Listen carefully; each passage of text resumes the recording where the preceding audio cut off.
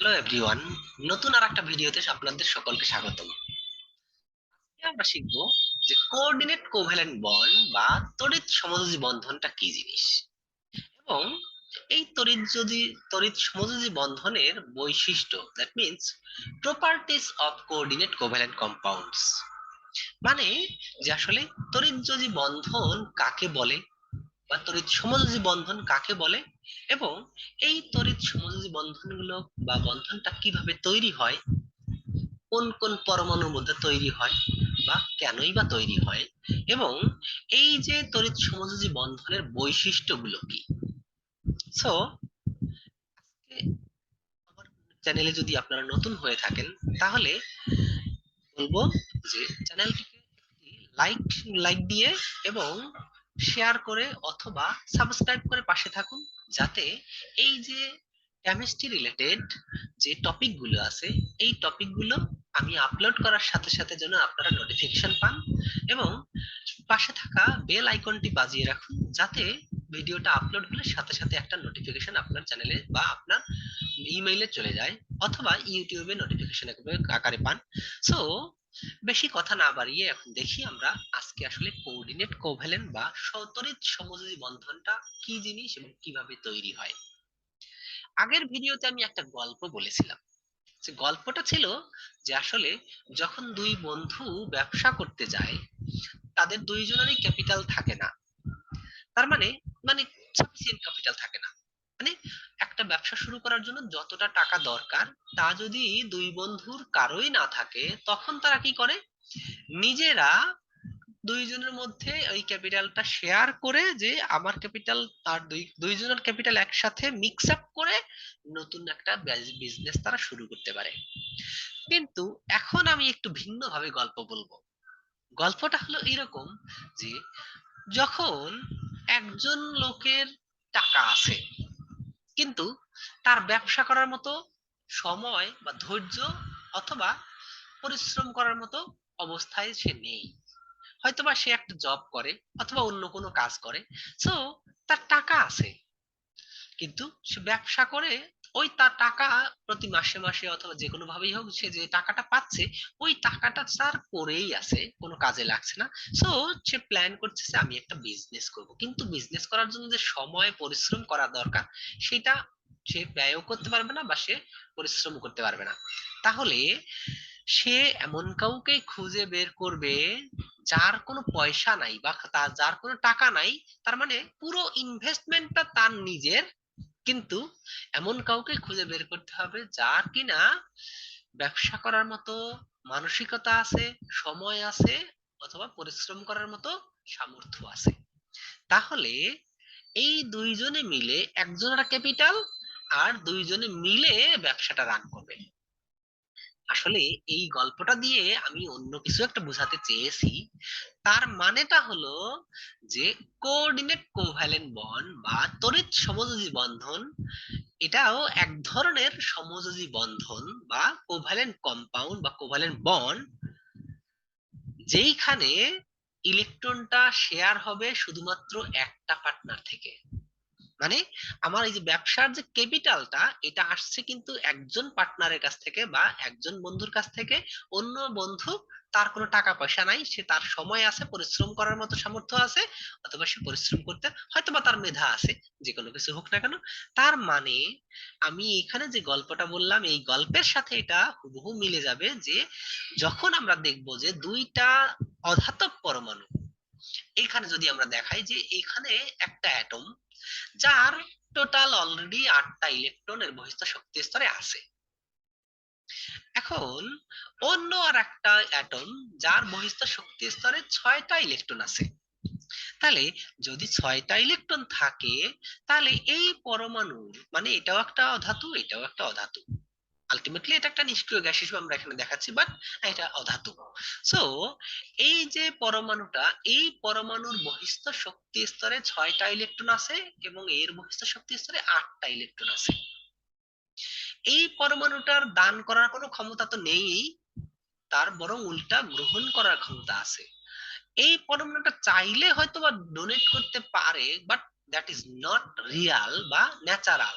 স্বাভাবিকভাবে এটা হয় না, কারণ আমরা জানি কোন পরমাণুর বহিস্থ শক্তি স্তরে যদি 8টা ইলেকট্রন থাকে, সেটা খুবই স্থিতিশীল স্ট্রাকচার এবং খুব সহজে এখান থেকে ইলেকট্রন দান করা সম্ভব না, বা এখান থেকে ইলেকট্রন রিমুভ করা যায় না।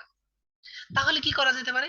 যে তাহলে এ উল্টা যদি আমরা একটু এভাবে চিন্তাও করি, যে আসলে মনে করলাম যে আসলে এই দুইটা ইলেকট্রন যদি কোনোভাবে দান করতে পারে, তাহলে কি অবস্থা হবে? হয়তোবা এই যে বি অ্যাটমের ইলেকট্রনিক কনফিগারেশনে 8টা ইলেকট্রন হয়ে যাবে, কিন্তু সমস্যাটা হবে কোথায়? এই অ্যাটমের আবার সেই 6টা ইলেকট্রন হয়ে যাবে, যেটা আনস্টেবল হয়ে যাবে। তার মানে যে আসলে এই পরমাণুটা চাইলেও ইলেকট্রন দান করতে পারবে না, কারণ এর বহিস্থ শক্তি স্তরে তখন আর 8টা ইলেকট্রন থাকবে না। তার মানে এখন আমাদের এমন একটা ব্যবস্থা চিন্তা করতে হচ্ছে, যে যেখানে এই ইলেকট্রন দুইটা কখনো এই অ্যাটম এ এর মধ্যে আবার কখনো অ্যাটম বি এর মধ্যে পাওয়া যাবে। এইটা শুধুমাত্র তখনই সম্ভব যখন কোঅর্ডিনেট কোভ্যালেন্ট বন্ডের মাধ্যমে এই একজোড়া ইলেকট্রন শেয়ারের মাধ্যমে এই অ্যাটম এ এবং অ্যাটম বি এর মাঝে কোঅর্ডিনেট কোভ্যালেন্ট বন্ড তৈরি করে। তার মানে আমরা এখানে দেখাতে পাচ্ছি যে আসলে এই যে দুইটা ইলেকট্রন, এই ইলেকট্রন দুইটা কখনো অ্যাটম এ এর মধ্যে আবার কখনো অ্যাটম বি এর মধ্যে, এটা সবসময় পাওয়া যায়। তাহলে এইভাবেই কিন্তু একটা তড়িৎ সমযোজী বন্ধন বা কোঅর্ডিনেট কোভ্যালেন্ট বন্ড তৈরি হতে পারে। এখন যদি আমরা এর সংজ্ঞা বা ডেফিনিশনের কথা বলি, যে আসলে তড়িৎ সমযোজী বন্ধন also a kind of covalent bond, মানে এর সমযোজী বন্ধন, যে এক ধরনের সমযোজী বন্ধন। তড়িৎ সমযোজী বন্ধন অলসো এক রকমের বা এক প্রকারের সমযোজী বন্ধন, যেখানে শেয়ার করা ইলেকট্রন একটা পার্টনার থেকে আসে। মানে আমি যে গল্পটা বলেছিলাম যে বিজনেস করার গল্প, এখানে যে এইখানে শুধুমাত্র একজন পার্টনারের ক্যাপিটাল থাকবে ও অন্য পার্টনারের ক্যাপিটাল 0। তার মানে আমরা এখানে দেখালাম যে শেয়ার করা ইলেকট্রনটা আসছে একটা পার্টনার থেকে, অন্য পার্টনার থেকে কোনো শেয়ার করা ইলেকট্রন আসে নাই। কিন্তু কোভ্যালেন্ট বন্ডের ক্ষেত্রে বলেছিলাম যে শেয়ার করা ইলেকট্রন আসবে দুইটা পার্টনারের কাছ থেকে। আচ্ছা, তাহলে এইভাবেই কিন্তু আমরা কোঅর্ডিনেট কোভ্যালেন্ট কম্পাউন্ড বা কোঅর্ডিনেট কোভ্যালেন্ট বন্ডটা কিভাবে তৈরি হয় তা শিখলাম। সো এখন আমরা চলে যাই যে আসলে এই যে কোঅর্ডিনেট কোভ্যালেন্ট কম্পাউন্ডের বৈশিষ্ট্যগুলো কি। এটা যেহেতু এক ধরনের সমযোজী বন্ধন বা সমযোজী যৌগ গঠিত হচ্ছে, coordinate covalent, that is also kind of covalent bond. So এদের ক্যারেক্টারিস্টিক্স বা প্রপার্টি, এগুলো কিন্তু মোর অর লেস একদমই মানে কাছাকাছি, কাছাকাছি সমযোজী যৌগের যে বৈশিষ্ট্য তার কাছাকাছি বা একই রকমের।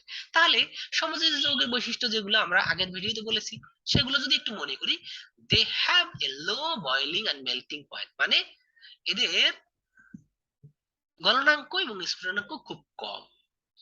একটা এক্সাম্পল যদি বলি, অ্যামোনিয়াম ক্লোরাইড, আসলে এটা একটা লবণ, কিন্তু এটা খুব মানে পানিতে দ্রবীভূত হয় না, এবং খুব অল্প তাপে এটা জলীয় বাষ্পের মতো বা বাষ্পের মতো উড়ে যায়। মানে রুম টেম্পারেচারে কিন্তু এটা বাষ্প হতে পারে। সো তাহলে এটার বয়লিং পয়েন্ট, মেল্টিং পয়েন্ট খুব কম। They do not conduct electricity in the liquid or in the dissolve state. মানে সমযোজী যৌগ যেমন কোন লিকুইড অথবা মোল্টেন স্টেট অথবা একুয়াস স্টেটে এটা ইলেকট্রিসিটি কন্ডাক্ট করে না, ঠিক কোঅর্ডিনেট কোভ্যালেন্ট কম্পাউন্ডও কিন্তু ঠিক একই ভাবে ইলেকট্রিসিটি কন্ডাক্ট করে না। The compounds R much less soluble in water, মানে এই যে কোঅর্ডিনেট কোভ্যালেন্ট কম্পাউন্ড, এগুলোও কিন্তু পানিতে খুব একটা দ্রবীভূত হয় না, বা হলেও খুব কম পরিমাণে। সো এই ছিল আজকের ভিডিও। যদি ভিডিওটি ভালো লেগে থাকে তাহলে একটা লাইক দিয়ে, শেয়ার করে বা সাবস্ক্রাইব করে পাশে থাকুন, এবং পাশে থাকা বেল আইকনটি বাজিয়ে দিন, যাতে ভিডিও আপলোড করলে সাথে সাথে আপনি নোটিফিকেশন পান। এবং ভিডিওগুলো একটু বেশি করে শেয়ার করবেন, কারণ হলো কি, যে আসলে আমাদের এই যে কেমিস্ট্রি রিলেটেড ভিডিও বাংলা ভাষায় কিন্তু খুব বেশি পাওয়া যায় না, যে কারণে আমাদের দেশের যে ছাত্রছাত্রী যারা আছে, এদের ক্ষেত্রে বোঝাটা একটু কঠিন হয়ে যায়। স্কুল বা কলেজে যা পড়ায় ততটুকুই, কিন্তু যদি ইন্টারনেটের রিসোর্স হিসাবে বলি সেক্ষেত্রে কিন্তু খুব বেশি পাওয়া যায় না। সো আমি যেহেতু বাংলায় ভিডিওগুলো করছি, আশা করছি আমাদের দেশের ছাত্রছাত্রীর একটু উপকার হবে। সো সেজন্য আপনার ভিডিওগুলোকে একটু বেশি বেশি শেয়ার করবেন এবং সাবস্ক্রাইব করে পাশে থাকবেন। ধন্যবাদ সকলকে।